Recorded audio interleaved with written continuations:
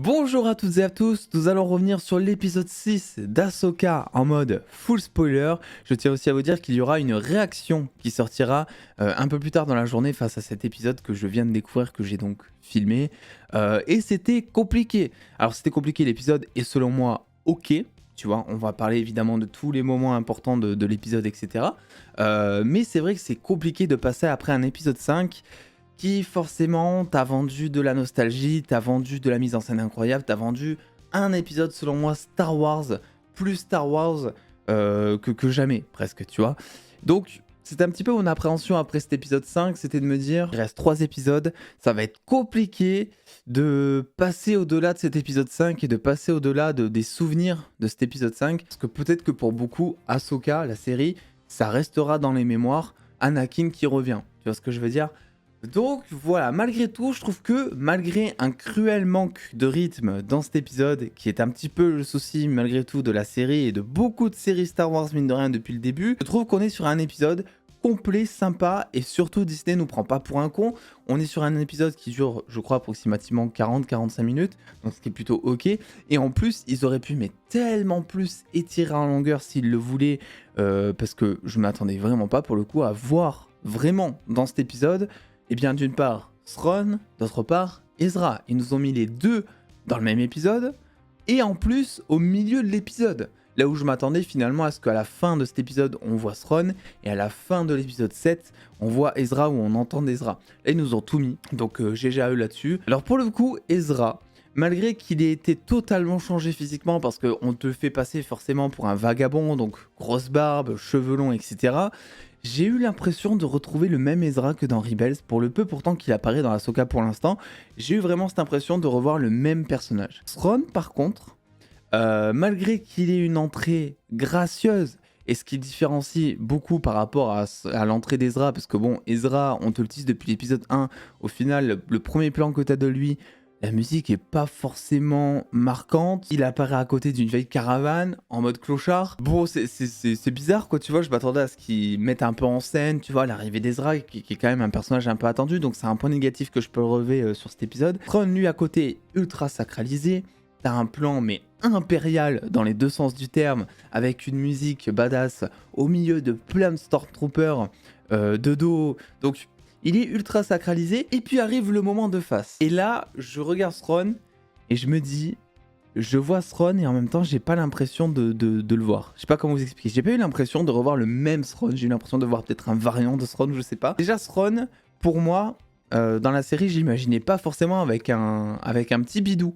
Tu vois, un petit bidou, voilà, un petit bidou, rien de méchant, tu vois, mais un petit bidou, c'est vrai qu'il est assez sec dans la série. Là, t'as l'impression que vraiment, il a passé son séjour dans la galaxie lointaine derrière un buffet. Alors que moi, j'imaginais ça en mode, voilà, il est en mode survie, etc. Donc je m'attendais vraiment pas à le voir comme ça pour le coup. Et après, il faut aussi noter que même s'ils te mettent le côté stratège en place et tout, le problème, c'est que les enjeux que les séries Star Wars t'ont vendus avec ce personnage, bah là, t'as du mal à les retrouver avec ce personnage. Dans le sens où ça fait depuis The Mandalorian, où limite, on te dit, Thrawn, c'est le nouvel espoir de l'Empire. T'as tous les méchants de la galaxie, le conseil, je sais plus trop quoi, là, avec Moff Gideon, qui se réunissent, tu sais, tous, qui prennent des risques, tu sais, parce qu'ils font ça dans l'ombre, donc ils prennent des risques pour se rassembler, pour parler de tout ça et dire, il faut absolument qu'on ramène Thrawn pour pouvoir faire renaître l'Empire. Donc toi, si t'as pas vu Rebels, par exemple, tu te dis, mais c'est qui ce Thrawn? Il a l'air ultra important, ultra intelligent, ultra badass, ultra dangereux. Et j'aimerais vous poser la question avec juste cet épisode. Est-ce que vous avez ressenti la menace que pouvait procurer Thrawn dans cet épisode? Parce que moi, pas du tout. Et comme dans Rebels, parce que voilà, ma critique de Rebels est dispo sur la chaîne depuis genre 2-3 mois si ça vous dit. Et c'est exactement ce que je dis aussi. Thrawn pour moi c'est rien de plus qu'un général d'armée. Oui il est stratège, mais je trouve qu'on en fait beaucoup trop des caisses, notamment dû par le fait que Thrawn est un personnage qui est beaucoup plus développé de ce que j'ai compris dans les bouquins, et que du coup le fait que les gros fans de Star Wars lisent ces bouquins, s'intéressent à ce personnage et voient à quel point pour le coup il est intéressant, eh bien ça va un peu peut-être influencer toute la commu Star Wars. Et on se retrouve finalement avec un méchant dont on chante les louanges de ouf, alors que Thrawn, c'est juste un général d'armée, les gars. Oui, il est stratège, il est intelligent. À côté de ça, je ressens pas la menace. Son, c'est vrai que généralement, les combats, il est assez perspicace. Pour le coup, il arrive à avoir 2 coups d'avance à chaque fois, plus ou moins, donc il y a jamais trop de phases de combat. Mais à partir du moment où tu arrives en combat face à lui, c'est une histoire qui se règle en 2 secondes. Oui, il sait se battre, mais face à un Jedi, il tient pas 2 secondes, Thrawn. Si t'as pas vu Rebels, tu te dis, attends, mais c'est lui là, c'est ce Schtroumpf là, c'est Elon Musk en Schtroumpf que vous utilisez depuis la saison, je sais plus combien de The Mandalorian. Et pour le coup, pour l'instant, c'est un petit peu mon cas aussi. Après, ils peuvent vraiment, on va dire, impérialiser, encore une fois, ça va être le mot de cette critique, impérialiser Thrawn, dans le sens où il y a les grandes matriarches qui sont là. On te tease qu'il va utiliser la sorcellerie à la fin. Donc il peut y avoir un combat épique. Ça peut être vraiment intéressant pour le coup. Et on est sur un épisode, encore une fois, malgré tous ces soucis. Moi je trouve qu'il fait assez Star Wars pour le coup parce que même les scènes un peu rigolotes avec la monture, là, le rat géant, les tortues et tout. Alors déjà, d'une part, moi j'ai eu vraiment l'impression de retrouver Tortue Ninja. C'est-à-dire que t'as Maître Splinter et Donatello à un moment dans la même scène, j'étais pas prêt. Voilà, les gars, faut prévenir à ce moment-là. Mais même si elles sont très humoristiques, je sais pas, ça m'a fait penser à des scènes avec Luke, quand il parle à des bestioles sur des planètes. C'est des scènes un peu humoristiques qui faut un petit peu ajouter au dernier moment presque parce que vraiment ça crée un énorme contraste avec tout ce qu'on avait de l'épisode jusque-là, mais aussi de l'épisode 5, où on était beaucoup plus sur un ton sérieux, mystique, profond et tout.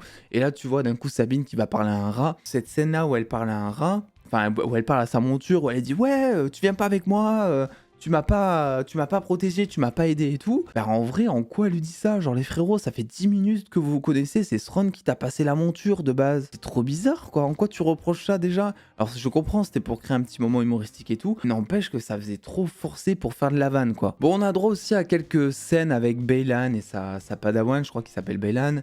Bon, qui sont pas selon moi des plus intéressantes, qui créent pour le coup dans cet épisode un problème de rythme, où Baylan te dit exactement la même chose que ce qu'il a dit durant, enfin il y a 2 épisodes de ça, en mode moi ce qui m'intéresse c'est pas le pouvoir, c'est la paix, c'est le renouveau, en fait c'est le nouveau commencement. Et là il te le redit, donc finalement sa scène à ce moment-là elle est pas si intéressante que ça, pourtant le personnage est ultra nuancé, il a du fond, il a un background qui est ultra sympa moi je trouve.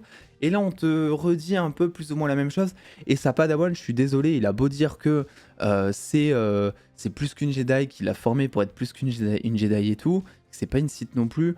Pour moi, sa padawan, c'est une Sith. Je sais pas si sa padawan va se retourner contre lui ou pas, mais tu le vois, quoi. Ça fait 6 épisodes qu'elle te parle de pouvoir. Enfin, elle est intéressée que par ça, elle est omnibulée par ça, elle veut tuer des gens. Là où, voilà, son maître, lui, il est beaucoup plus dans un aspect passif de la chose, où il a pas forcément envie de se battre, où ça le fait chier même, tu le ressens. Où il te dit juste que s'il fait ça, c'est peut-être des fois à contre-cœur, mais que c'est un mal nécessaire au final. Donc, il y a vraiment un truc, elle s'en fout. Elle veut le pouvoir, tuer des gens. Voilà, donc je serais pas étonné qu'elle se retourne contre son maître, surtout que Thrawn émet beaucoup de doutes par rapport à lui, étant donné que c'est un ancien Jedi, que Thrawn pourrait promettre mondes et merveilles à sa padawan afin qu'elle se retourne contre lui. Elle est un nouveau maître et que ce soit notamment Thrawn et qu'ensuite on la revoit dans les films de Filoni, dans les trucs qui sont prévus. Bon, Sabine, j'accroche toujours pas les gars, voilà, faut qu'on se le dise, ils ont manqué un truc selon moi avec elle, j'ai pas l'impression que ce soit une Jedi, j'ai pas l'impression que ce soit Sabine de Rebels, j'arrive pas à m'attacher à elle et j'en ai marre d'avoir des padawans qui ne savent pas utiliser la force, c'est toujours la même chose. Là où justement Star Wars, ça t'a montré, notamment dans Ahsoka, que ça peut être plein d'autres choses, notamment avec du mysticisme. Je sais que moi, je sais plus quelle critique exactement, mais j'ai eu quelques commentaires où j'ai des gens qui m'ont dit, qui n'avaient pas vu donc Rebels, Clone Wars et tout, et qui m'ont dit mais attends, mais Star Wars ça part trop en couille, maintenant il y a de la magie dedans et tout. Et alors que pourtant, l'aspect mystique de Star Wars, il y est un tout petit peu dans les films, mais il n'y a pas tout ça. Tu vois, t'as pas... tu vois, les sœurs de Dathomir, t'as pas cet aspect avec les forces qui ont des aspects différents. T'as pas tout ça. Donc moi, je trouve ça super cool qu'il l'aborde vraiment dans Ahsoka. Mais c'est vrai que ça peut choquer au final. Et cette série, pour l'instant, on est à l'épisode 6. C'est un petit peu ce que je pourrais lui reprocher. Je pense que si on n'a pas vu les séries animées, je pense que ça va en laisser beaucoup sur le carreau, quoi. Je pense que ça va pas être super intéressant pour beaucoup. Alors oui, la série, je sais, elle a été vendue comme étant la suite de Rebels, mais dans ce cas-là, t'appelles la série Rebels. T'as l'impression que Disney, ils ont essayé de faire quelque chose avec un personnage hypant, qui est Ahsoka, parce que c'est la padawan d'Anakin. Au final, ils avaient un peu le cul entre deux chaises, entre faire son développement, faire une suite de Rebels, et ils se retrouvent à faire quelque chose voilà, qui déçoit un peu. Je vous l'ai dit, la série elle s'appelle Ahsoka, on voit plus Sabine qu'Ahsoka, donc déjà il y a un souci. Et si c'est une suite de Rebels, ça veut dire que tu vas en laisser beaucoup à côté. Je pense que pour ceux qui n'ont pas vu Rebels là, cet épisode-là, ils l'ont détesté, hein, parce que je trouve qu'il est mal rythmé.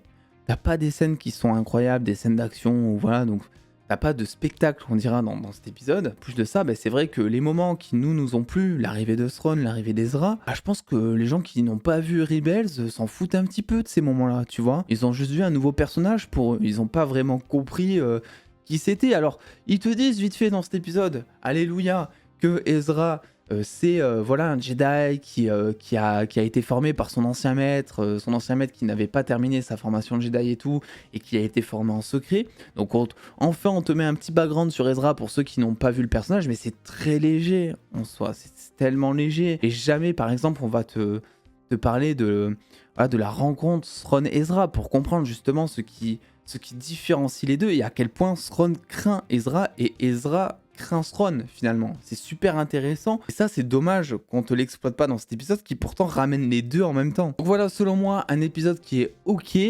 On est aussi sur un épisode 6 et c'est assez régulier où les épisodes 6 sont un petit peu un espèce de ventre mou.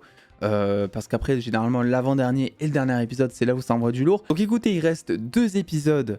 Ils ont 2 épisodes restants pour nous montrer que Ahsoka ça peut être incroyable. Vraiment ça peut en plus, parce que là ils vont ramener de la sorcellerie. Thrawn qui convoque les grandes matriarches pour utiliser leur pouvoir et tout. Ça peut donner vraiment quelque chose de bien. J'ai hâte de voir aussi le retournement très certainement qu'il y aura de l'ancien Jedi. J'ai hâte de voir Ezra prendre son sabre, se raser. Est-ce qu'il va se raser, bordel? Je pense qu'il va se raser. Je pense qu'il va prendre son costume de Rebels. N'hésitez pas à me dire en commentaire ce que vous avez pensé de l'épisode. Est-ce que vous avez des points où vous me rejoignez? Est-ce que vous avez des différents? Et puis attendant les dos, prenez soin de vous. Faites-vous bien kiffer. Des bisous les dos.